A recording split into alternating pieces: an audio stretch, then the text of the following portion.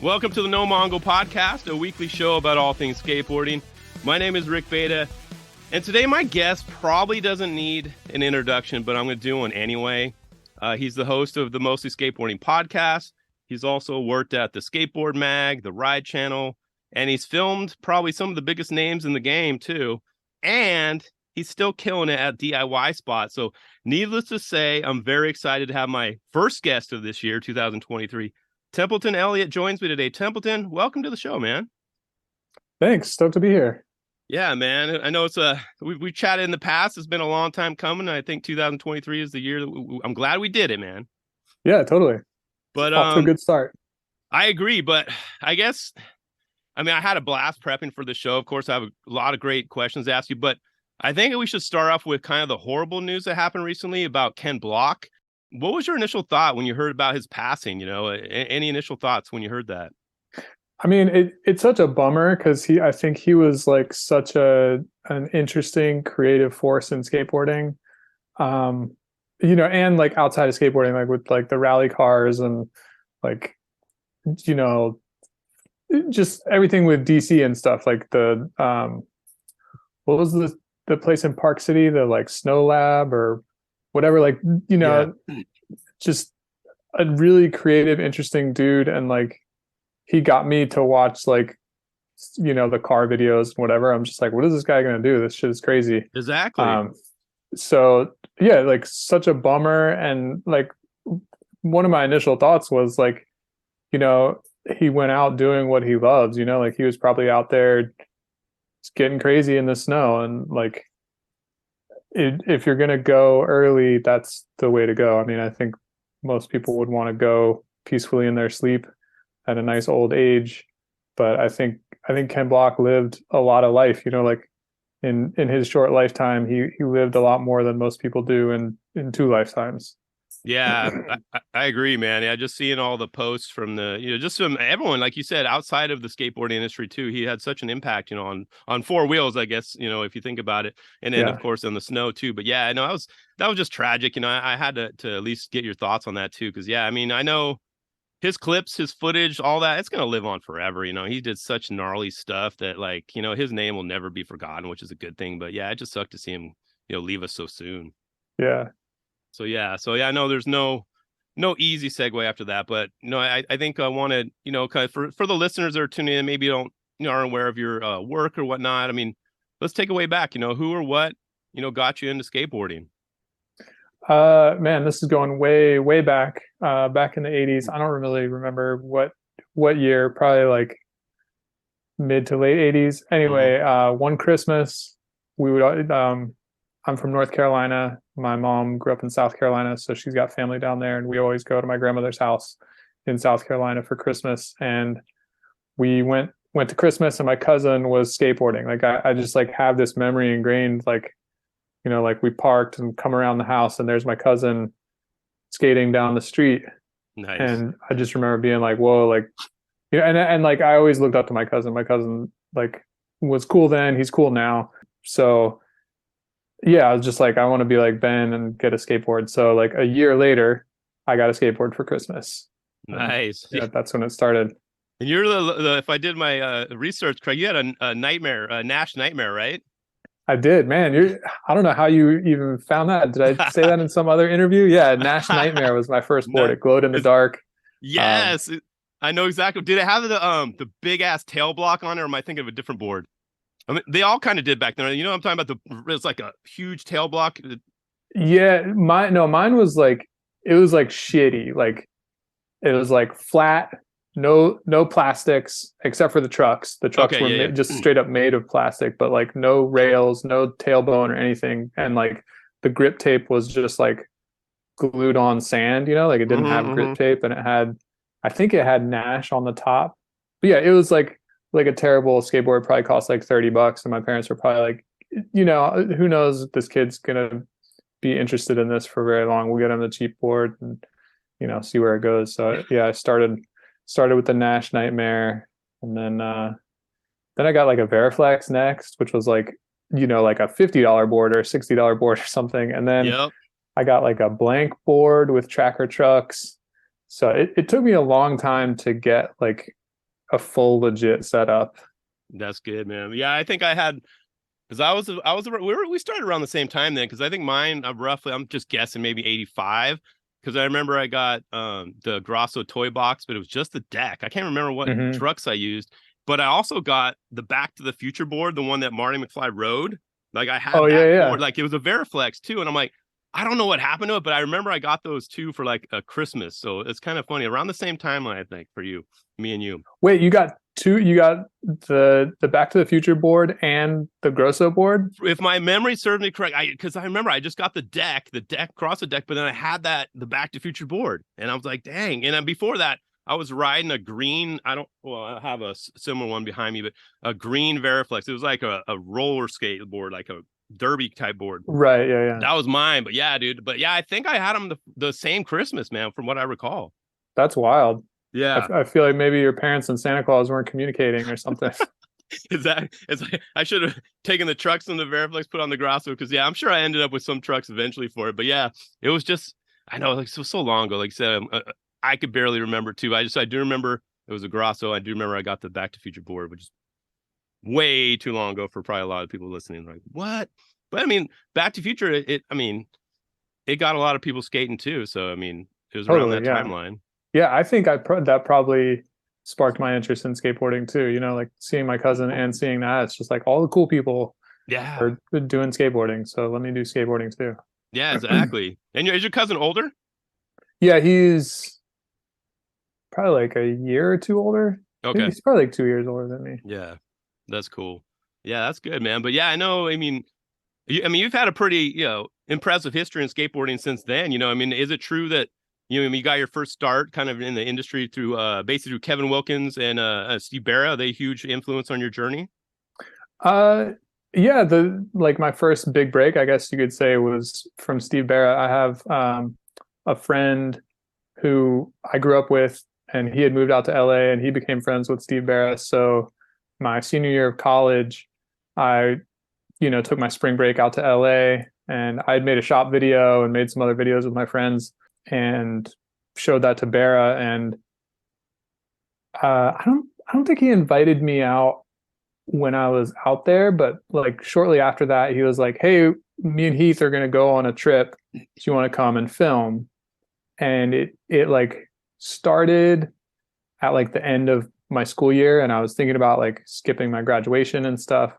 But what ended up happening is I ended up meeting him like halfway through the trip, and like they had Colin Kennedy and another filmer on that trip, and then like they flew out and I flew in and replaced them. That's cool, man. Yeah, was it Viewpoint? Was that the one that kind of got you on the radar with Barra? Yeah, it would be Viewpoint, and then I made a video for Endless Grind Skate Shop in North Carolina called This, That, and the Third. Nice. And I don't know if that's online. I don't know. In my research, I didn't see it, so I'll have to circle back.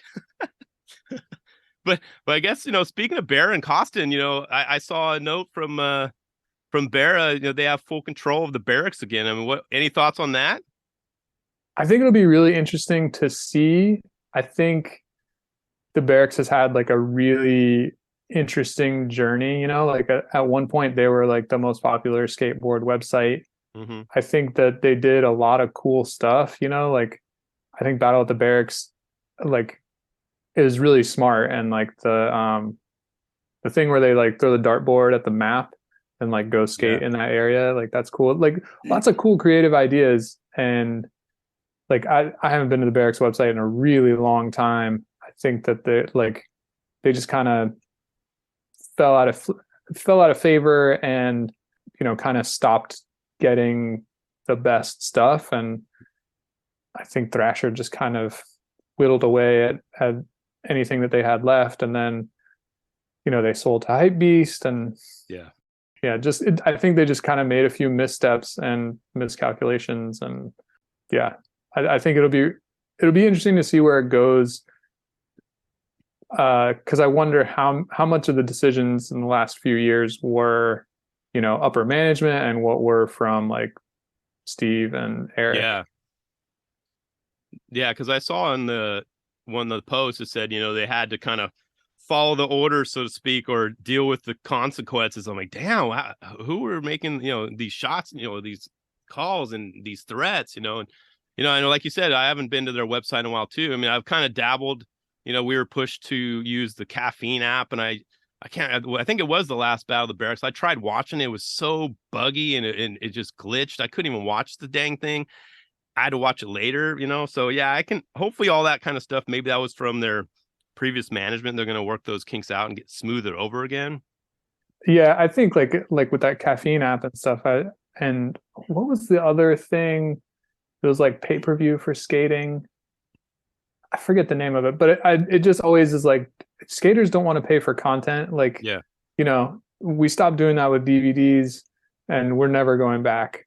Yeah, we're like a lawless community. Like, we don't care. We're gonna steal from each other. Like, like it doesn't matter. Like, don't try to charge us for a video, because that's just like it's all just advertising. Like, we shouldn't have to pay for advertising. Like, I don't know. You shouldn't be in skateboarding for money. Yeah, like, you got to just do it for the love. And if you're not prepared to do whatever you're doing for a really long time for no money, then like it's probably not worth doing in skateboarding anyway. Like, you're not going to really make your investment back.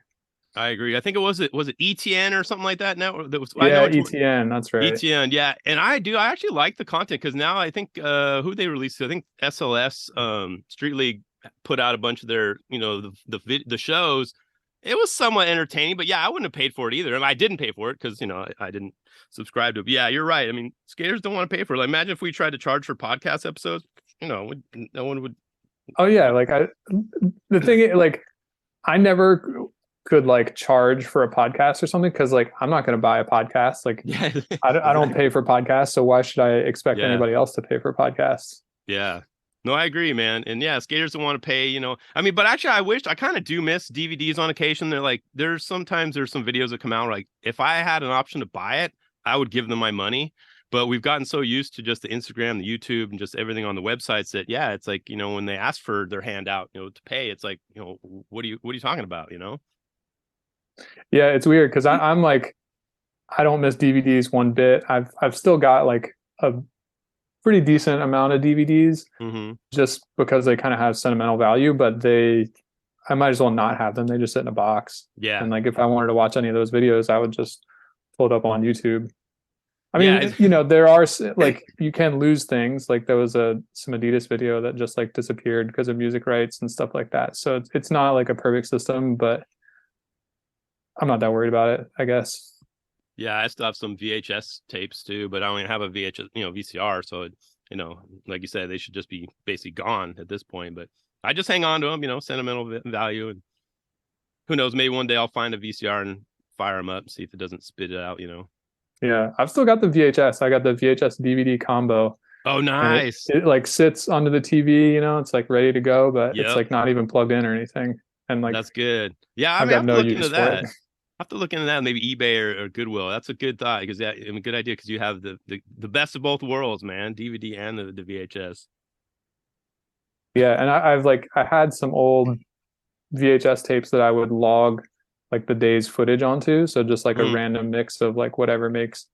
And I was able to I like recorded the VHS to DVD on that machine, and then I ripped the DVD onto my computer. And then I had some clips that I could like share out on Instagram. Nice. Well, I guess you bring up a good point that popped in my head. So you, obviously had some time, as a filmer. How was? You actually filmed some clips, right? For Yeah, Right. I did. How was that experience? And actually, in my second follow up is, where can we see those clips? I mean, you can see them in Yeah, Right. That's where the clips are. I'm not super good about like archiving or anything like that. Like, I just recently an old coworker gave me their old mini DV camera. Yeah. So I need to get the like cables to do the digitizing. I borrowed the cable and like tried to digitize, and like I got the footage but not the audio, and it was just like a whole thing. And I was like, this is not worth it. Like, I don't care enough. But there's some good clips in there, some stuff that people haven't ever seen before. Yeah, I guess that's what I was maybe pointing at, is like any of this, the B-roll and all the stuff that didn't make it onto the film. You probably have some tapes lying around of some footage, right? Oh yeah, for sure. Like I was there the day they filmed Mike Carroll's intro to Yeah Right. Like Nice. I don't know if you remember, he like tries to front board this rail that's like next to some water and he misses, and then he tosses the board into the water. Yep. I was there and I was like driven by myself to like meet up with them. I remember it was like this huge convoy. I think Greg Hunt might have been there, and Aaron Meza was the one who filmed it. And I remember we were like all going back to our cars and it was like sessions over, like everybody's going to go their separate ways. And I was like, should I go back and grab that board? Just like, cause he just left it, he threw it in the water and left. And I was like, oh, it'd be pretty cool to like have that board. And then I was kind of like, I don't want to like, I don't know, like get caught doing that and have people think that I'm a fucking nerd or something. So I didn't. And then like I saw the video. And then I saw the video. I was like, but I've got the footage and I do need to digitize it because it's cool to just like have a different angle, and like literally nobody's ever seen this angle before. That's funny though. I would have been the same way. I probably been like, damn, do I come back later? I mean, I don't want to get caught. I wouldn't want to get, got caught stealing that too, or just not stealing, but getting that board, retrieving that board. Yeah, I didn't want to look like I was like too big of a fan or something, like, but I think now, like just knowing how skaters are, like everybody's like a pretty big fan of skateboarding, and I don't know, I don't think anybody would have caught me. I think everybody's just kind of on their own trip usually, so that's a good point. I should have grabbed it. That's a good point. Yeah, because I know I think I saw it either on Twitter or maybe YouTube, but one of the clips that you got credit for is that you did a frontside 181 foot, right, in LA, and that was one of your clips too, right? Yeah, on the Van Owen bump. It's like a little curb cut and then over like a street gap. Yeah, or like a driveway. Yeah, we've seen it many times. But yeah, that's cool. That's cool. Yeah, I like that.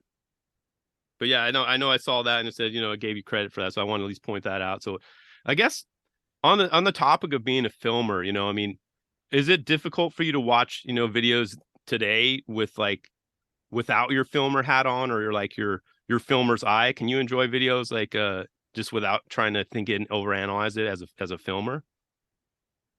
Yeah, I mean, I haven't really been a filmer in a really long time, so I don't overanalyze it too much. I mean, I'm always kind of like, if you like follow me in any like social media, listen to the podcast or something, like I'm always talking shit about like the VX and stuff, and I think it like looks pretty bad and it's time to hang it up, guys. So look, I talk about that, but that's not really like, it doesn't take away my enjoyment too much. I mean, if it's a good video, it's a good video no matter what you shoot it on. Yeah, but that's true. It would be nice to be able to see the clips better, like in HD. No, I agree. Yeah, I mean, I mentioned because I went to film school, and now when I watch movies, it's sometimes hard sometimes if I start picturing all the crew behind the camera and the editing, this and that, kind of takes me out of the moment. But I noticed that like on occasion I'll get sucked into that with skate videos. I'm have the filmer eye. I'm like, okay, that was cool. How did he do that? How like crouched down was he? Was he on a board? Was he running?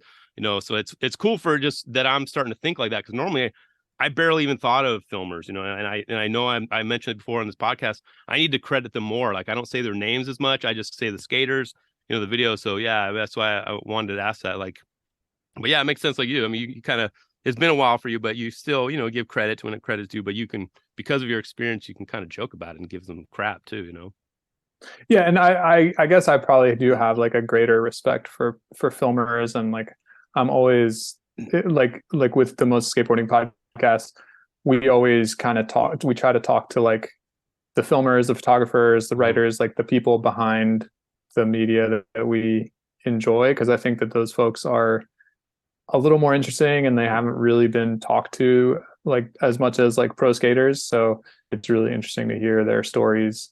So that, yeah, like I always try to give the filmers and photographers and those folks the credit that they're due. Yeah, no, I respect that. That's awesome. And do you have any I guess going back to the whole filming, do you have any funny stories or anything that actually I have one that I want to bring up because I know you've talked about before. Heath Kirchart. There's a story you've told before where you basically had to hold on for like your dear life.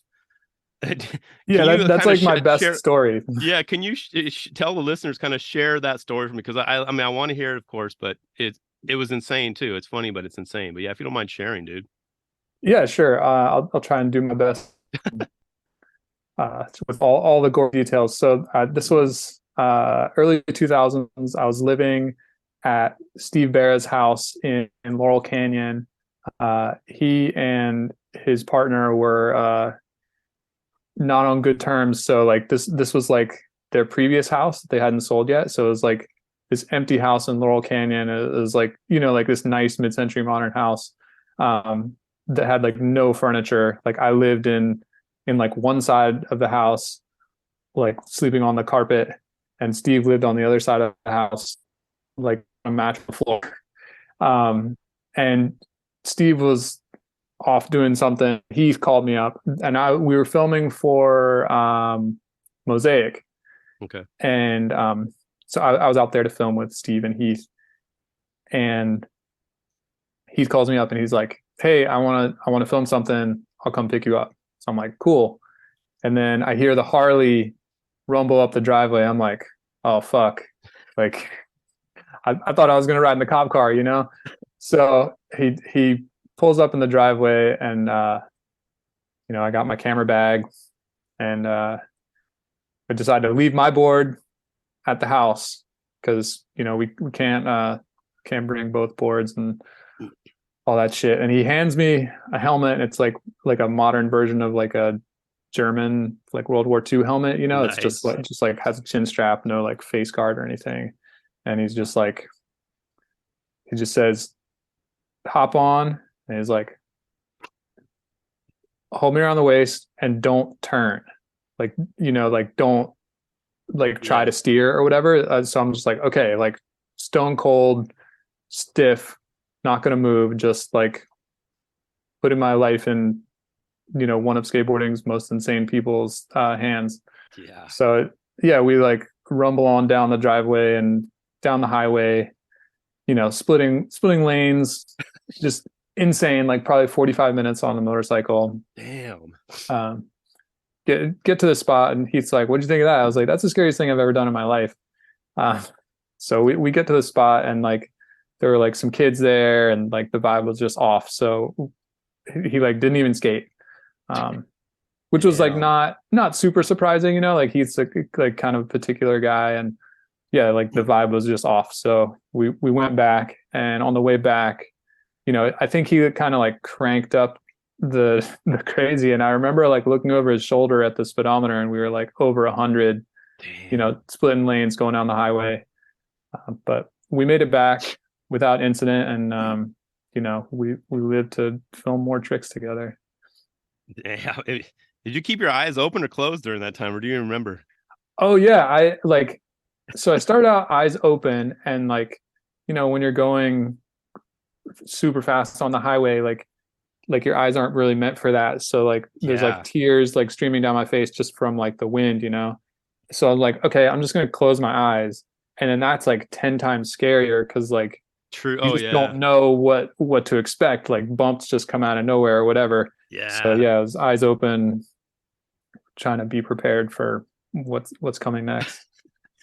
That's crazy. And you saw him after that, right? Did you went filming with him and stuff like that? Oh yeah, totally. Yeah. Okay. Like, and it's just, he probably didn't even think anything of it. And you were probably just like, damn, I can't believe that actually happened. Yeah, exactly. I mean, he's a legendary dude. So it's like any interaction he has with people, like, is going to be a story for them. And it's just like, his life. That's crazy. And so you said that's probably the peak of your crazy filming stories, as you said.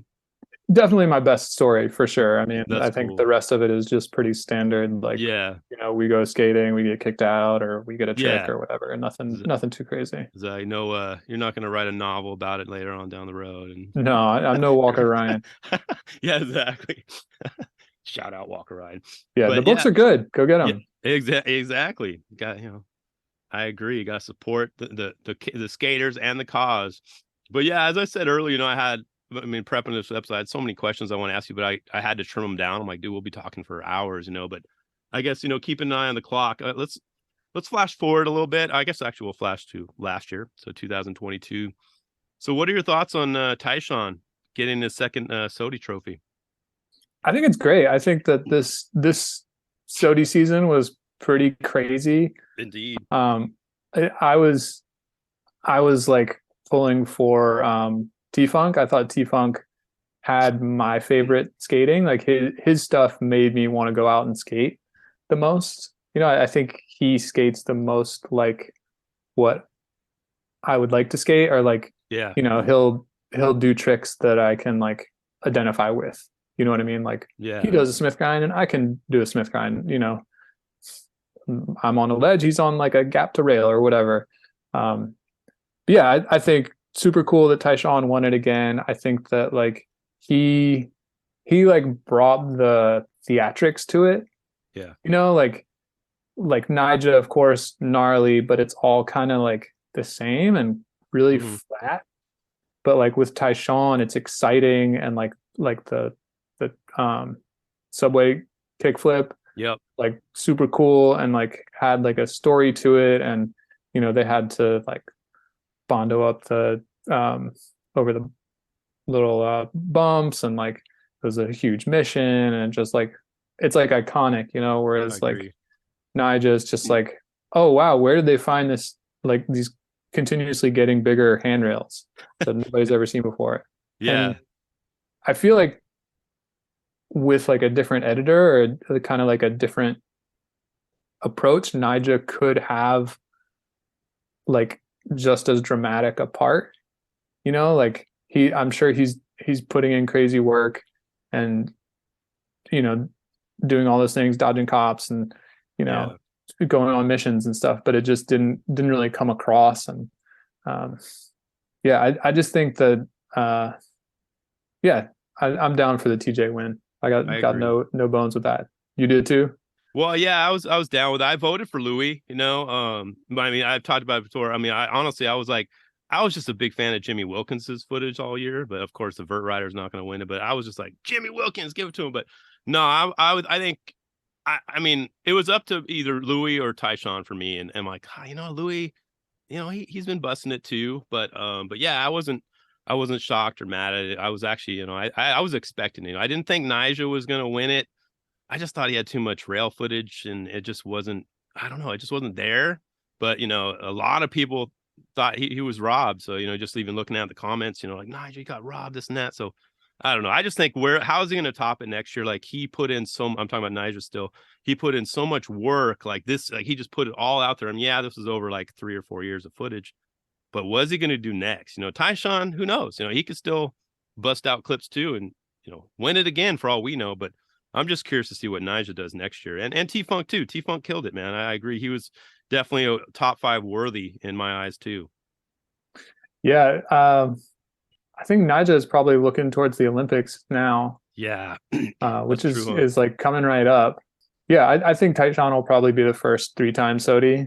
He's still pretty young and driven. And yeah, I also think that Tyshawn is going to be like kind of getting into like the realm of like a Tony Hawk, where he's a known person outside of even skateboarding. Like, yeah, good point. Like he was on that Hot 97 thing, and there was like Eddie Murphy and like other celebrities were like congratulating him on like Skater of the Year. It's just like, that's another level, like that wouldn't happen with Louis Lopez. Yeah, good point. Yeah, I mean, Tyshawn's got the restaurant, he's got the the modeling, he's got now the board company, he's got he's expanding. Yeah, he's going definitely down the route the Hawks done, and he's becoming a name for himself for sure. I guess keeping on the topic of T-Funk, I think he's my pick for trick of the year for the China Banks Ollie. Do you care or even have a pick for the trick of the year? I mean, the China Banks Ollie, that's one for the books. That's like, I think I've talked about this on my podcast, like something I call like big game hunting, where like you go to Hollywood High or Wilshire Rails or whatever, and like you go and you do a trick and put your name in the book of like the tricks that have gone down at this iconic spot, and that's like what T-Funk did. And I think that like you kind of need that to like cement yourself into like a legendary status. Like you got to go to those name brand spots and do your thing. I think these days, like a lot of those name brand spots are like a proving ground where like kids on the come up go there and get some tricks. So it's a little bit less like there's no gatekeeping. So like anybody can go and get a trick at Hollywood High or whatever. So it maybe has like a little bit less value, but yeah, I don't know. I'm just ranting. I don't even know where we started on this. No, I was just saying about T-Funk and how I think he should win Trick of the Year. And actually, while you were talking, because they still haven't announced it yet, dude. It's like, yeah, like let's see. Hold on a second. Oh, it says 2022 SOTY announcement coming tomorrow.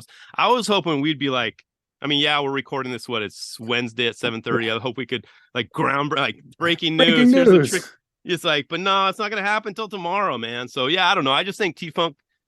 I mean, have you skated the China Banks? Have you been there, or at least I have? Yeah, dude. I mean, I couldn't do anything on them. I could kick turn, maybe do. I think I did backside for. I couldn't go over the benches. I couldn't even imagine doing a frontside ollie over the long bench. What? Yeah, I couldn't get over the bench. I was there on like a work trip, and I went with like somebody from work who doesn't skate, so it was like, not an ideal setting for me to like get pumped to do something super scary. But yeah, I tried it a few times and just didn't have what it took to even get over it. I think if I was there with the homies and it was a fun session, I probably could get over it, but yeah, it didn't happen for me that day. Yeah, like just the angle that he came at it, the speed, and then the ollie and to float it, like I'm like, I don't know. If he doesn't win, I'm not gonna be upset. Obviously, I'm not too invested into Trick of the Year, but I think he should win. I mean, there's been a lot of good tricks, but I'm like, damn, give it to T-Funk, man.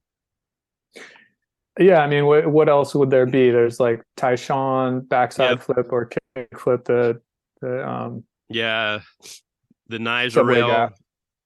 Oh yeah, the up and down rail from Nyjah. Which I think didn't Kyle Walker win that last year? I can't remember who won last year. I can't remember. I thought Kyle. I don't know. That's not one that I keep up with. Yeah, but it is like a nice, like kind of seeing the nominations. It's like a nice reminder of all the crazy tricks that went down. Yeah, exactly. Yeah, which I guess kind of leads me to my next question too. I mean, this one was a tough one for me because, I think when we were chatting back and forth in DM, I'm like, yeah, I had this grand plan of like looking back on all the videos over the year, like my favorite ones. And like, I got overwhelmed, but because there were so many that I didn't get to watch. But do you have a video that kind of stood out for you in 2022 that just when it comes to mind? Totally. I kind of anticipated that we might talk about this on my podcast, Mostly Skateboarding. So I've been keeping a spreadsheet of my favorite videos throughout the year. And top of the list is, what is the video? I've got it up here. A video called Leap Year. Okay. It's by, the filmer is Cole Navin, who's a professional snowboarder. But it's like a 6-minute, 2-song video based in Portland. And it just fucking kicks ass. Like, nice. Rad skating, obviously not like the gnarliest, craziest shit, but it's like really rad skating, and that it like makes me want to go skate. And like of all the videos that came out in 2022, that's the one that I would keep going back to. I've watched it a bunch of times, so it's that one. And then like the Polar video sounds like you guys are crushing it. Good. Yeah, that was a good one, definitely. Yeah, I mean, I kind of made a short list too, but yeah, there's just so much stuff. I mean, I like the Warble stuff. I don't know if you like Warble. I like their stuff that they do. Chris Cookie Colborn always kills it. He's always entertaining to watch. Silas Baxter, I like his burrow, his habitat part. I think he filmed that all in Portland, right? Wasn't that the one where he just did like the one spot? Am I thinking of the right video? He did film a video at like. It's actually 3 spots. It's these 3 parks that are like all designed by the same architect, and like they're semi-connected. Yeah. So I like that. I wrote that down. What else did I write down? Ryan Lay had a good part. Didn't see much from Ryan this year, but his sci-fi fantasy part was pretty awesome. But yeah, dude, I just was going down the list of all the various, websites and YouTubes. I'm like, damn, I missed a lot. Like, I still haven't seen the China Banks documentary. I started it and just kind of got sidetracked. I mean, there's just so much but yeah, I'm gonna have to look into that one you just mentioned as well. And did you, I don't know if you guys talked about this on your show, but did you guys watch that skateboarding and rollerblading collab video? Oh yeah, dude, that's actually on my list. Nice. The Alan Gelfand High, like Yes. kind of the pre video, Yes. like that's like an incredible feat of organization. I Like loved it. it's amazing that a skateboarder could put together and coordinate that many people. That's true, huh? Skateboarders are tough to wrangle, so just Good to point. get all those people in there for a fucking rollerblade ad, It was insane. it was epic, man. And it was funny. The acting was good. The jokes hit. Just the references. Like, yeah, dude, that's one that definitely was top 5 for me for this year. And I'll revisit. Which is an awesome thing. Yeah, totally. Like, huge shout out to Grant Yansura. Yeah, and like everybody at Weekend. Like, that's just like they do such incredible work. Like, I'd love to get Grant on my podcast. I think I've tried a few times. Yeah. And just he's ignoring my DMs. I'll hit him up too and say, please return his DMs. Get on the Mostly Skateboarding, please. Yeah, we need to do like a campaign or something. Is that he'd be a great one on your show. I'm looking. It's gonna happen. We're gonna manifest it. It'll happen eventually. We're just gonna get it out to the universe. Was there anything that any videos that maybe you didn't vibe with this year? Because I mean, I know you're probably the same. If you're not feeling it, you probably jump ship and go. Like, say after I don't know, you see a dolphin flip or a manual or something. Is there something that you just didn't vibe with? Oh God, I'm sure there's like a million. Yeah, but I don't remember them. Question. Yeah, that's a loaded one, I know. But I'm trying to think if there was anything that was like really like egregiously bad or something. I thought the DGK video was pretty disappointing. It was just, it felt a little thrown together and not really like something with a solid concept or even a solid team. It just felt like everybody send us your footage and we'll like put it all together. So that was like a little disappointing. It was Kayla's footage, which is nice. Yeah. What else? I keep looking at my list of favorite videos. I know, like I said, that's kind of a loaded one. There's one that actually I didn't see. Did you see the Ukraine documentary? Oh yeah, that was super good. Okay, yeah. See, I didn't see that. I put it on my list, never saw but would like to. So that one's on there. Yeah, that's worth watching. I watched that with my wife actually. So it's like spouse approved. No, there you go. Yeah, I think it was like 45 minutes or an hour or something. I'm like, I'll get back to it, and of course that never happened. So, but yeah, no, it was tough with the full length. It is, man. It is, especially balancing life and you're trying to, create content for the podcast. You're like, oh, am I gonna have time to watch this and actually talk about it and make sense? But yeah, no, that's good, man. I'm glad you brought, we agree on that rollerblading and skateboarding. That was just a fun one to watch. So I know you guys talked about this because you put this question on your IG about your 2023 predictions, but is there anything you'd like to see more of in 2023? Or even less of? Either one. More rad skating. Yeah. Not like less whack skating. Obviously. Less manuals. What? Does park footage count or no? Is park footage count in 2023? No, park footage does not count in 2023, but I think I'm planning on like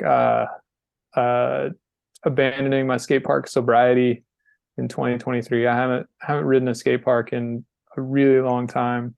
Yeah. I rode one over the last like 3 years. And that was like a special occasion. I was out of town. It was this skate park in this small town in Washington called Wenatchee. And it's like, it's a skate park that's actually like, it's like a shared space. There's like it's like a half basketball court. And then there's like a bank to ledge and a curved ledge and then like a regular ledge. And like, that's it. It's like my ideal skate park. So I had to go check it out when I was there. Yeah.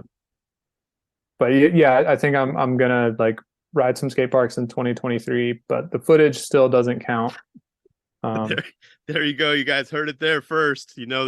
How he stands. Yeah, actually, and going back to those the basketball / skate parks, and what was it? It was the Rogers video recently. What they call it?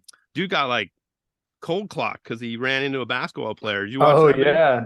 What was the video called? It was called why am I blanking on it right now? But But I yeah, don't remember the title, but it was Roger Skateboard's yeah, video. I'm like, dude. I mean, I'm surprised it doesn't have more often. You got these guys, skaters are in the zone. These guys are running up to, do a slam or make their shot. Boom, tempers are flaring. But he shouldn't have sucked. That sucker punch, I think, was what they called it. But yeah, I was like, damn. I thought about Yeah, that when you sucker mentioned punch it. is no good. I mean, like I understand getting heated when like, shared space isn't being respected, but yeah, hitting like if they were gonna fight, they should, dude should have like shoved him and like squared up or something. Exactly. Take off his shirt. You got the guys holding everyone back. Yeah, exactly. Just do it right. Yeah.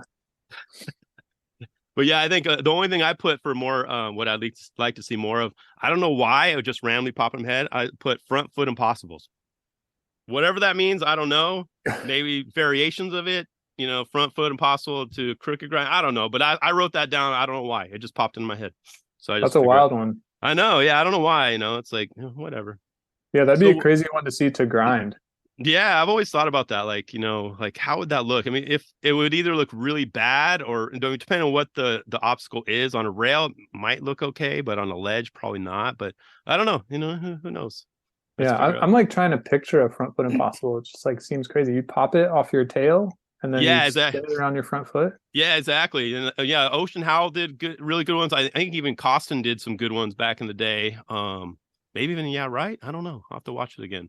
But yeah, Crazy. I'll have to check one out. Like I just can't even picture it. It seems like the physics just don't make sense to me yeah, right now. exactly. Whenever I used to try them back in the day, I'm like, nope, that's just not gonna work for me, dude. Not gonna Yeah. work for me. But yeah, so I'm checking my questions. I only got like a few more. We're gonna be wrapping up here soon, but I have to get your thoughts on this. And I kind of gave you a heads up in the DMs, but what are your thoughts on Lil Wayne turning pro, quote unquote? And I notice I added those quotes. Um, I appreciate you giving me the heads up because I wasn't really like I had like seen a couple of tweets about it, but I didn't really like that's not something I was really checking for. So Yeah, I was prepared. I think the surprise turning pro thing is like it's like a weird thing. Like for me, like I'm like such a I don't know, like I'm like a crabby kind of person. Like I wouldn't want to be surprised with my pro board. I'd be like, you guys didn't talk to me about like you can't put my name on this shit. Like I don't like this picture or like mm-hmm. the font is weird or whatever. Like I'm picky like that. So I wouldn't want to Yeah, be like surprised. I think it's like a smart gimmick for Thank You Skateboards to like ride the coattails of Lil Wayne. I went to their website and they were not selling that board, which I think is like crazy. I mean, that's but true. but Huh? also like another thing with the surprise and especially with Lil Wayne, like Lil Wayne is like a super famous person whose name has value, like you can't just like I can't turn Lil Wayne pro and like profit off his name. And I don't think Thank You Skateboards could do that either. So yeah, I think it was just like a one-off or like, they made like 50 boards or something. I thought the graphic was like a straight up rip off of an FA Yep, board, I thought the which same. is like, dude, what are you doing? Like, and then again, I was on the Thank You website and I was like, oh, they're ripping off Primitive, they're ripping off Baker, like they just don't fucking care. They're like, thank you for the Yeah, ideas. yeah. Thank you for these ideas. We're gonna take them. Oh, dude, that's funny you mentioned that. Yeah, because I thought about that too. I'm like, I mean, it's obviously his crew, his homies, I think it's his filmer. I can't remember his name off the top of my head. Spanish But Mike. yeah, but they're like, I was like, you know what? We're gonna do this. We're gonna turn him pro and this and that.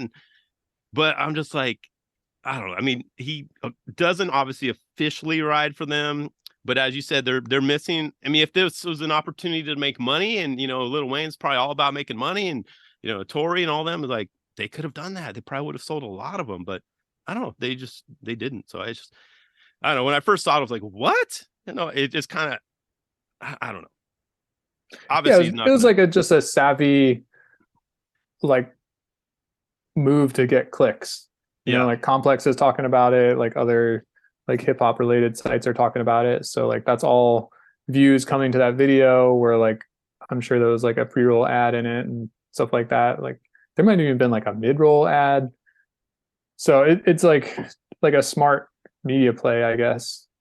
yeah, yeah. I'd be curious to see where it goes from here. Obviously, if he's gonna, I don't know, take it seriously, maybe consider it down the road, or But it's very polarizing. You know, you saw a lot of even just the initial comments. Oh yeah, this is awesome for Wayne. The other one's like, what the hell, dude? Dude could barely like ollie down steps, and he's pro. It's like what? You know, but obviously they're not looking to their thing is quite literal. But like you said, it's more of a homie's like appreciation. Like they said, we're gonna give you your flowers. You know, that's basically what they did for him. Yeah, like that's like a cool thing. Like, you know, my friend, like his girlfriend made a bunch of boards for him for his birthday, like, you know, turned him pro, and that's cool and fun. And I guess, yeah, it's fine. I mean, I Yeah, think everybody knows that Lil Wayne is not a pro skater. yeah. Is that yeah? That's the So thing. It's like don't take it. Just calm down. Take a deep breath. Actually, do you follow? Do you watch Skateline at all? Gary Rogers Skateline. oh yeah, every week Did you watch for this week's sure. one?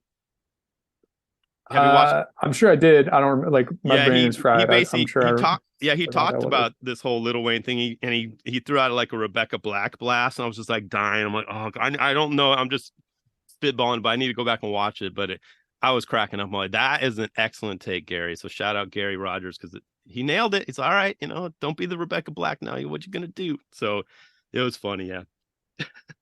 I'm glad he mentioned it, but I was surprised. But yeah, I mean, like I said, a big name like that, it gets on everyone's radar. You know, he's gonna talk about it. Yeah, it's clever. I'd be really interested to see like all the analytics on it. You know, like did Thank You move extra boards because of it? Like, Yeah, I don't know what was the benefit, because I agree. I don't know, I just always think about that kind of stuff. I agree. I think it's more of like I don't know why it reminded me of it, but it's kind of like the one-off that Primitive did with Gary V at Friends. You know, it's just kind of a one-off deal, like showing love and respect, and it gets a little blip on the radar, and then everyone just kind of moves on with their lives. I kind of think that's maybe I'll be wrong, but I kind of think that's how it is with this one's like it was respect, and then you kind of move on. You know? Yeah, that's probably what the deal is. Since they're not selling the boards, yeah, it's probably just Yeah, we did this cool thing and that's it. I agree. So yeah, I got a couple more questions for you. Both of these though, non-skate related. So we're done with skate content. But my first of the final ones is how long you been making collages? Uh, hmm. I, I've made collages like for a long time. Like I've got old sketchbooks that have collages in them and stuff, but probably only started taking it seriously, or I don't even know if I even take it seriously now, but like really doing it, I don't know, like maybe like 3 years ago or something. Yeah, My wife is a collage artist, yeah. and she's super good. She's like on Instagram. You can follow her account. It's at Kellett Works. She's like super good, and like, you know, I love my wife. I like to hang out with her. So I'll just like hang out with her in the studio, and like she's doing some stuff, and I'm like, well, I'll rip up some paper and like make some collages too. Like I've got some ideas, and yeah, so I just did that, and then when I left my last job, I was doing social media, and I'm not doing social media anymore. So I was like, all right, I've got like a little bit of more like capacity for running a second account. So I've got a separate account, mostly .collage on Instagram, and that's where I post my collages. So, and that was just like 6 months ago or something. Yeah. Shout out. Is it Colette? Did I say it right? Colette? Yeah. Your wife? Cool. Yeah. Like I said, I started following her work, and then, yeah, obviously you started posting stuff, and then you started putting it on the mostly collage Instagram. But I wrote down in my notes, I think I commented on too, the swimming cube you did, dude, where you got the swimmers like mouths open. That was, dude, I loved it. It was just amazing. I had to point that out. It's such a cool piece of work that you did for that. I know you say you don't take it seriously, but you put out some good work, man. Thanks. Yeah. I mean, I guess like in the moment I take it seriously, you know, like I like want, like I have a vision and I want to do a good job of it, but I don't like think that my art is like belongs in a museum or something. Yeah. Like it's just like I literally just make the art because I enjoy it. Like I was like making all these collages and like never posting them, or like, you know, I would like put some of them on my Instagram stories and stuff. But yeah, it's just fun. Like making the thing is what I like. I'm not like that like super into the rest of it, you know. Like I'll like just have an idea for like a t-shirt, and I'll like make the graphic and like explore it and be like, oh yeah, that's cool. That would make a cool t-shirt. But like, I don't have to actually make the t-shirt and try to sell it to anybody. Like I've like gotten the satisfaction out of kind of like taking the idea that far. Yeah, no, I can tell it. I can tell you enjoy it. And I mean, I've tried it before. I have a 10-year-old daughter, and I tried doing some collages with her. It's harder than it looks. Like people think they probably look at your work and oh, I could do that. That's easy, this. But just the simple thing of cutting, like the precise cutting, choosing the right images, there's a lot of thought that that's involved in that. So, shout out to you and obviously your wife, because it's not an easy task, but you make it look easy is what I'm trying to say. Yeah, well, I think like my wife, she's been doing it every day for like 4 years. And like she's got a whole studio. She's always buying like new magazine stuff. There's like tons of source material, and like she's got all her source material organized and stuff. So like, and then like I have my source material like semi-organized. So like, it's like, oh, I ripped out like those swimmers 3 weeks ago because I knew that photo was rad. And then like today I have the idea of like, oh, I can put them in a cube and that'll be rad. Yeah. And it's like, I know how to do the cube because I've like explored that. And like, I know I've got these pieces. So it's like way easier when you're doing it all the time. And like, you've got a space for it. And like, you're collecting things and like kind of plotting over weeks and months and stuff. But like, if you just sat down with like 2 magazines, it might be hard to find enough pieces that'll go together to make something cool that'll be different enough or exciting enough. But sometimes like I'll make a collage with just 1 page. If it works, like those cubes really work best if you use just 1 image, because like the colors will all like match and stuff. Yeah. No, cool stuff, man. I appreciate the little bit of insight into what you do and the brain behind all the work you create. So I guess, yeah, one final question. This should be an easy one, man, because I'm a cat guy. You're a cat guy. Why are cats like the best pets ever? I think the cats, I think people who don't have cats just don't get it. Like cats are actually really loyal and sweet and loving, and they've just got personality. Mm-hmm. And you kind of have to earn their trust and love. Or like most cats, like we used to have a cat that would like snuggle up with anybody, but most cats are a little standoffish, and you have to earn their trust. But yeah, they're just like sweet little creatures, and yeah, it feels good to be acknowledged by them, I guess. Like when they want to like rub up against your leg or snuggle up on you or something, it feels good because like you kind of earned that. It's not just given freely like from a dog. I mean, I love dogs too. I'm not talking shit about dogs, but just it's kind of a difference. Dude, I'm glad I asked you that question, because that was a great way to put it, because it's so true. But we've had like 6 cats over the last 20 so odd years. So, but yeah, it's true. Once you finally earn that respect, like that trust, and that, they'll kind of all of a sudden you're rubbing against your leg, or even if you have a friend over, it's like, you've earned the cat's trust, that's a good sign. But whereas dogs, it's like, you're like, whoa, whoa, whoa, whoa, it's almost like too much at first for most of the dogs. And I love dogs too. I grew up with dogs, but when I met with my girlfriend, now wife at the time, dude, I converted to cats. Like I don't want to say never, because my kids want a dog eventually, but I'm never going back to dogs. Cats are the best.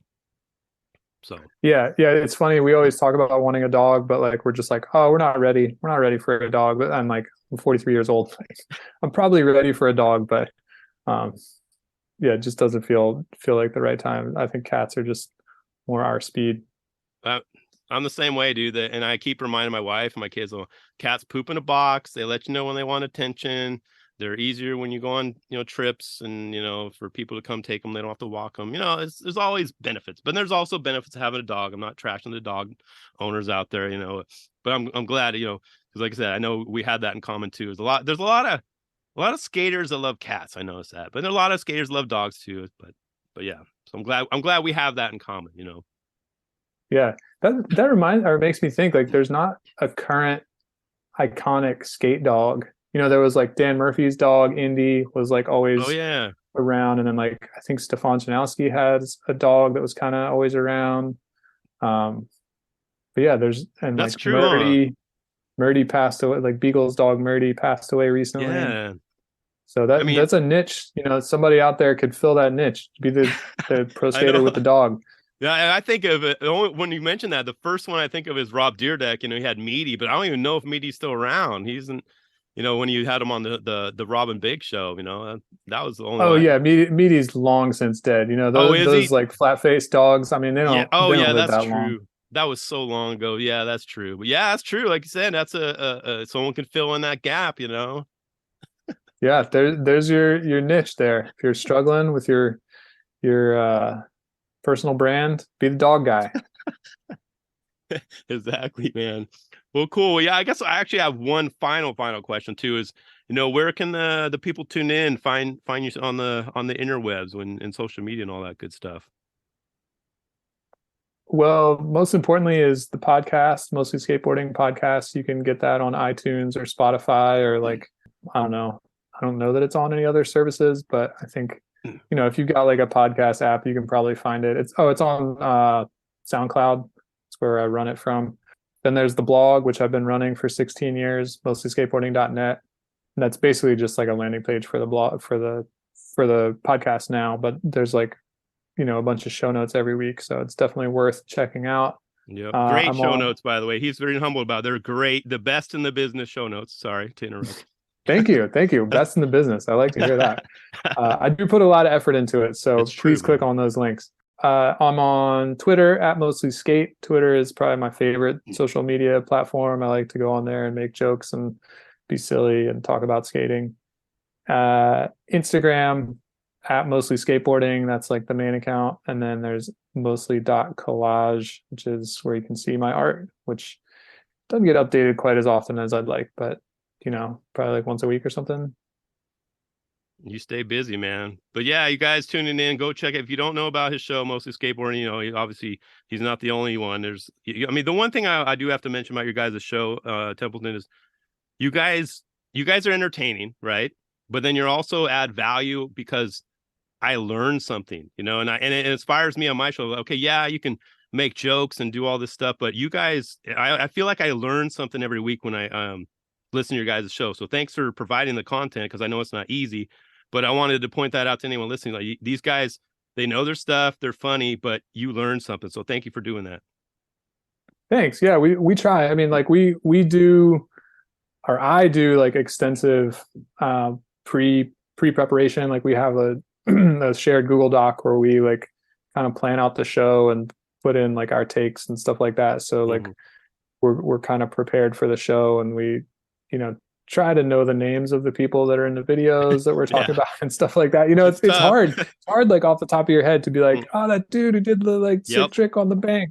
I agree. So yeah, we try, and then like, everybody on the show, Mike, Patrick, Jason, they're all huge skate nerds, and they're doing a bunch of research and have a bunch of knowledge from their own experience. So yeah, it's a fun show, and we try to do the best show that we can, given that we are all adults with jobs and other commitments and stuff like that.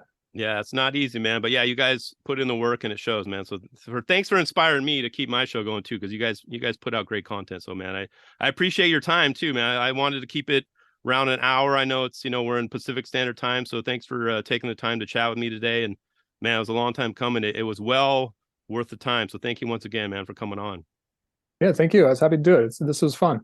Yeah, man. Have a good rest of your night. We'll talk to you soon. Thanks, you too.